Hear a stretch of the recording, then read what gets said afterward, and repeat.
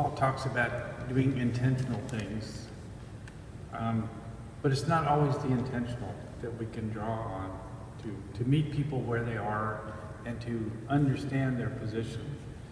For a while before I came here to Boston, I was homeless. And that has given me the ability, for example, last Thanksgiving when I went and fed 750 homeless people. It gave me the opportunity, the ability to hear their story because I know their story. And so all of that helps us to meet people where they are, draw on our experiences.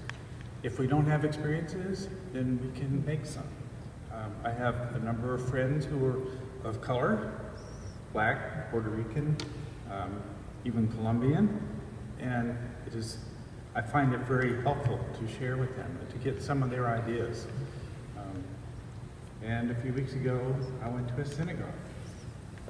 And so that helped me to understand how some of my Jewish friends talk. And so it doesn't have to be an intentional act, but it can be. So, but it is all for the sake of the gospel. Well, I just had an experience, which was a really learning experience for me, but critical to my ministry from here on in. So in answer to your, what privilege do we have, I was told in my late 20s, early 30s, that I was really lucky to have Irish good looks and an English last name. I'm like, oh, that's a little biased, to put it mildly. I didn't marry him. But when do I lack privilege? As some of you know, my mother was born in Hanover, New Hampshire, around Dartmouth College, and she married her father's hired man. So I always knew that I had that piece of French Canadian, and so she would take us to visit my father's sister in a farm in the hills of Vermont, which looked like Appalachia. But she always expected that I would redeem the family, and I would go to college, and I would make the record family proud. So I always had to live in both worlds. And my recent experience is I expected my friends at Old Cambridge Baptist Church to be able to switch worlds. And it took me on Saturday, and it took me until Tuesday when finally the Holy Spirit said, they don't have to switch worlds. They are in the dominant culture and have been there their entire, at least their adult life. And I'm like, oh, they don't have a way of knowing how to do that. And I do, so I feel like God is saying, let's make something good out of this and help others to appreciate the folks who don't live in exactly the same world as we do. You staying on?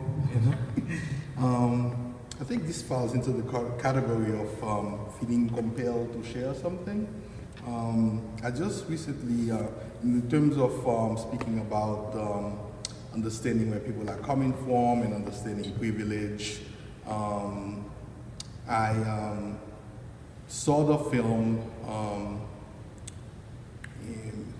I Am Not Your Negro with about James Baldwin, and then I saw another movie called Suffragette, about another perspective of women in England fighting for the right to vote and what they had to go through.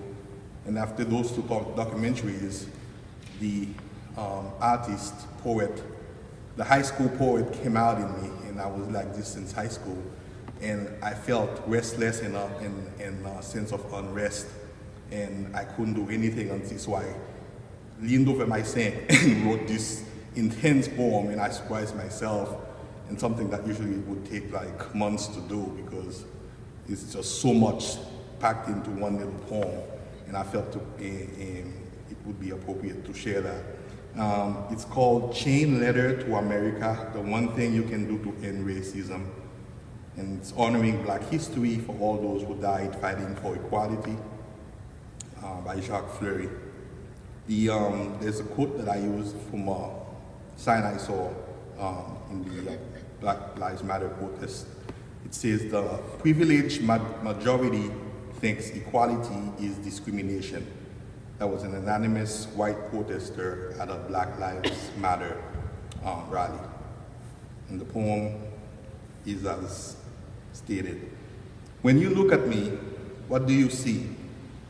A black boy worthy of your pity, or a black man replete with potential and possibilities? I gather the former best suits your ideologies. My usurped and chained African ancestors toiled this storied place for 400 years, building the great American democracy and capitalist economy on this great land of the free.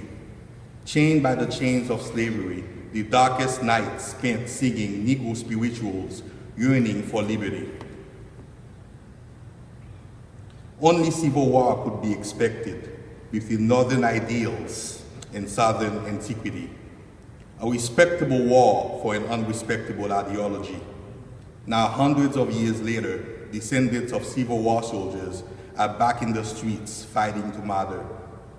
A disgraceful travesty to an American promise of freedom and liberty. The United States still divided on racial unity. Some say, make America great again. When was America ever great? Was it great? Was it great during the displacement and slaughter of indigenous American Indians? Was it great during the centuries of enslavement of African Americans? Was it great during the terror, torture, and murder of Black Americans at the hands of the Ku Klux Klan? Was it great during the Civil Rights Movement when Black protesters were hosed down, beaten, and jailed for having the audacity to fight for the American promise of equality? Is it great today when well-fed past generational descendants of immigrants are denying underfed present and future generations of immigrants the American dream, denying them of economic opportunity? Is it great today when Black are still fighting to matter? Well, do me a favor. I don't need you to validate my human nature. I don't need you to validate my existence. I don't need you to validate my intelligence. I don't need your intolerance, but I do need you. I need you to continue marching right alongside oppressed peoples of all colors, men, women, and children. I need you to stand by when White Lives Matter neo-Nazis march into town with signs screaming Black Lives Splatter. I need you to stop on ignorance. I need you to stop on prejudice. I need you to stop on hatred. I need you to stop on racism. I need you to stop on your fears of equality for all of humanity. I need you to say to me publicly what you're saying about me privately. And then, and only then, will we ever be set free. In the documentary, I Am Not Your Negro, James Baldwin spoke of this American problem when he boldly stated, I am not a nigger, I am a man.